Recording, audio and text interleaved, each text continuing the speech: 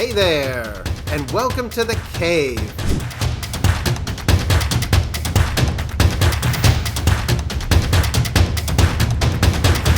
Thank you for joining us as we battle woke indoctrination in our school system, wherever that indoctrination is, anywhere across the fruited plain.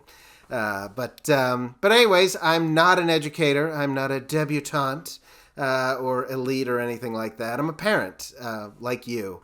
I have a son and a daughter, and they've gone through the public education system, and I would like change. I would like change to our public education system, and so that's why I'm doing this podcast, The Cave.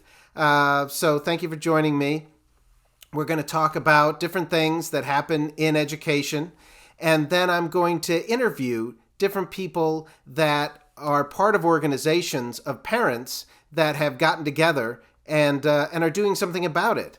Because I really want you to know that you're not alone, and that this fight isn't just yours, and that you don't have to do all the heavy lifting or even think of a good way to seek change. A lot of people have already thought of good techniques and good approaches and good strategies. And so I'm just going to connect you with that whole ecosystem of organizations to make your fight both more effective and easier for you. So what I'm going to start with is just something that's going on in our education system. Usually that's the way I start The Cave, with something that's going on in our education system, and then close out with something that we can do about it, something positive. But first, the negative, boys and girls. And of course, there's never any shortage of material for this part of the show, because they're always doing something that's completely nuts that you couldn't even think up. You couldn't make up stuff that's this nuts. And what I'm going to read from is something actually from Breitbart that was originally there, that they took from the Telegraph, which is a newspaper in Britain, and it's about something that's going on with Cambridge University.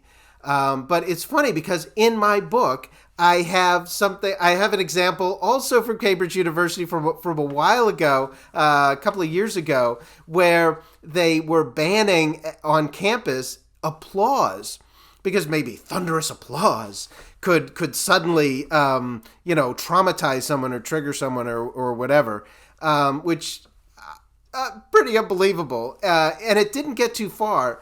But still, the fact that they tried it, the fact that they went there is pretty, it's just pretty scary, to be honest. So, but anyways, now the Cambridge University is still up to their tricks. This time, they want to get rid of the term Anglo-Saxon because it's not anti-racist enough. So anyways, I'm going to read something here. In an ironic turn of events, the Department of Anglo-Saxon, Norse, and Celtic, the ASNC, at Cambridge University in England, is now attempting to dismantle the very ideas inherent in the title of the department, claiming that Anglo-Saxon as an ethnic group is apparently a racist concoction meant to stoke British nationalism, according to a report from London's Daily Telegraph. The woke academics claim that the purpose of its anti-English stance is to make history lessons more, quote, anti-racist. Quote, one concern has been to address recent concerns over the use of the term Anglo-Saxon and its perceived connection with ethical and racial English identity. In general, ASNC teaching seeks to dismantle the basis of myths of nationalism by showing students just how constructed and contingent these identities are and have always been. This is patently absurd. I mean, what if they did this to the Aboriginals in Australia, or they did this to the Native Americans? I mean, there'd be an uproar over this, but they want to wipe out this group, which has existed for over 1,000 years, and they just want to pretend that, it didn't exist, or it's just some kind of a concoction based on racism. But it is fascinating to see this assault on nationalism, as if nationalism is this bad thing. And I think what you'll find if you do any kind of serious research is that you'll find that nationalism is not a bad word and it's not a good word. It's more of an innocuous word. It's more of a neutral word. Many sociologists have talked about how it's the natural progression from tribalism.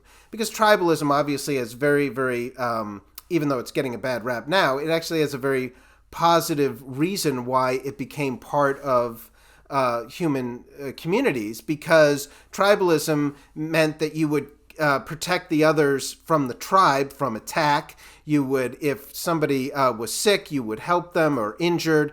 You would help them gather food. They would help you gather food. So you had this sense of community where everyone kind of looked out for each other. And that's really what tribalism was.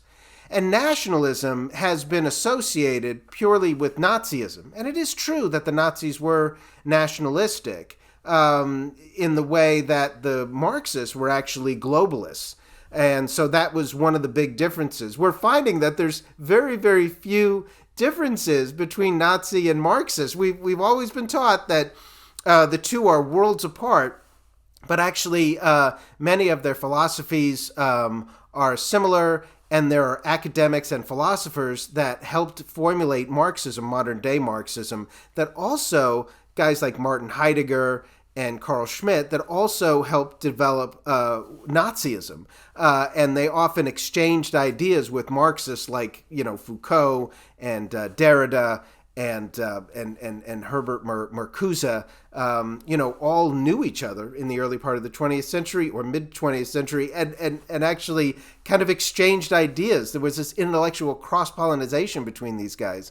So Nazism and Marxism, not as different as we've always been led to believe, but there are many, many differences between the two ideologies, and one is nationalism versus globalism. So, of course, nationalism has to be thought of as bad, but actually nationalism, for the most part, is a good thing because it enables nations to actually exist.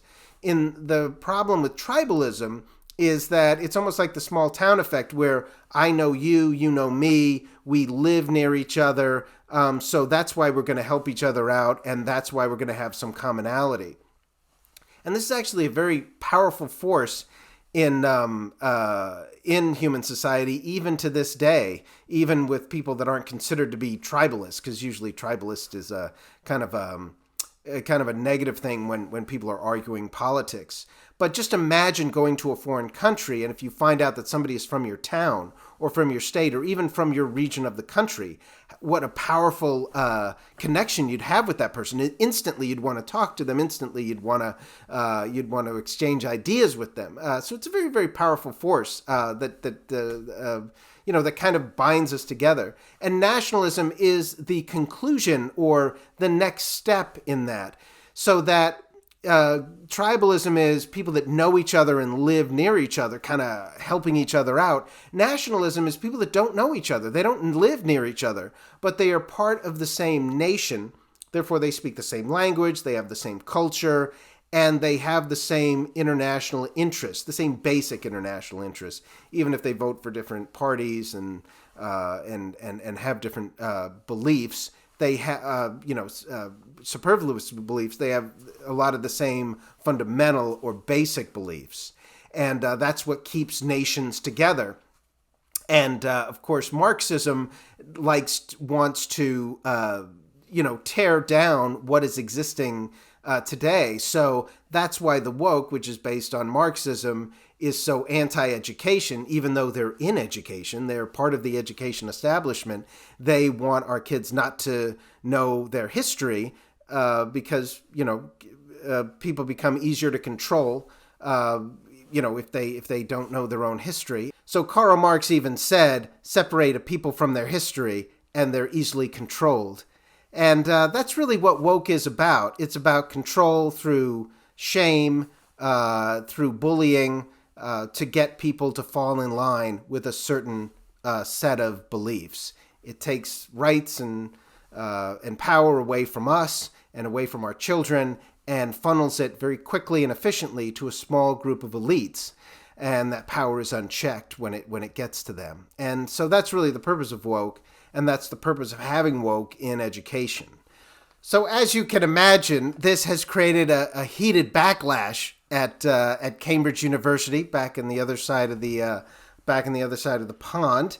So Carl Benjamin, from the Lotus Eaters podcast and a UKIP politician, he said, quote, "We aren't having it. You swarmy pseudo-intellectual subversives. We the English exist. We have existed for 1,000 years, and that isn't going to change now. No discussion, no dialectic. We are the English. We live in England. Simple as," unquote. So, yeah, so some pushback here. You know, it's funny that at the beginning of this battle, all of the woke would just have their way, and there would be no backlash because people didn't want to push back because they didn't want to be called racist, homophobic, xenophobic, all the other phobics. Because, woke is based on shame, and it's based on bullying, and it's based on people just falling into line and just obeying. And so I think it's great that we're all pushing back. The Bud Light pushback, the Target pushback. People just aren't having it anymore. But the most meaningful pushback is the pushback in education, because there's nothing more important. You don't do anything more important, and I won't do anything more important in my lifetime other than educate our own children. It's what it's all about. And so that's why in upcoming episodes of The Cave, I'm going to be interviewing certain people that are part of these organizations of parents that are pushing back against this nonsense. There's this whole ecosystem out there of these organizations, and they're all committed to pushing back on woke. They're all made up of parents that are angry and are not going to take it anymore, but they all kind of have their same take on it. They all come at it from different angles, and they all emphasize certain things. And that's why I thought it would be important to profile all of them and see which ones you get the best vibe from, and maybe you want to get involved with, or you just want to go on their website and take their free tools, because a lot of them have free techniques that are right there on the website that say, hey, here's what you can say when you're one-on-one with a teacher. Here's what you can say at a school board meeting. Here's how to get in touch with more parents that think like you in your community. So all kinds of helpful information. Which is great, because we're pushing back, and we're going to keep pushing back until we do it, until we win. Because this, like I said, this is the most important thing we'll ever do. This is the most important thing we'll ever be a part of, because, what's more important than your child's education? So let's fight this fight together, and we'll try to have fun doing it. So that's why I'm going to try to make these caves as fun and as light as I can, but also being informative to give you the tools that you need in the upcoming fight. So anyways, thank you so much for joining me, and we'll see you next time on The Cave. Thanks so much. Well, if you like what you saw, please like this video and subscribe to my channel, and don't forget to smack that bell.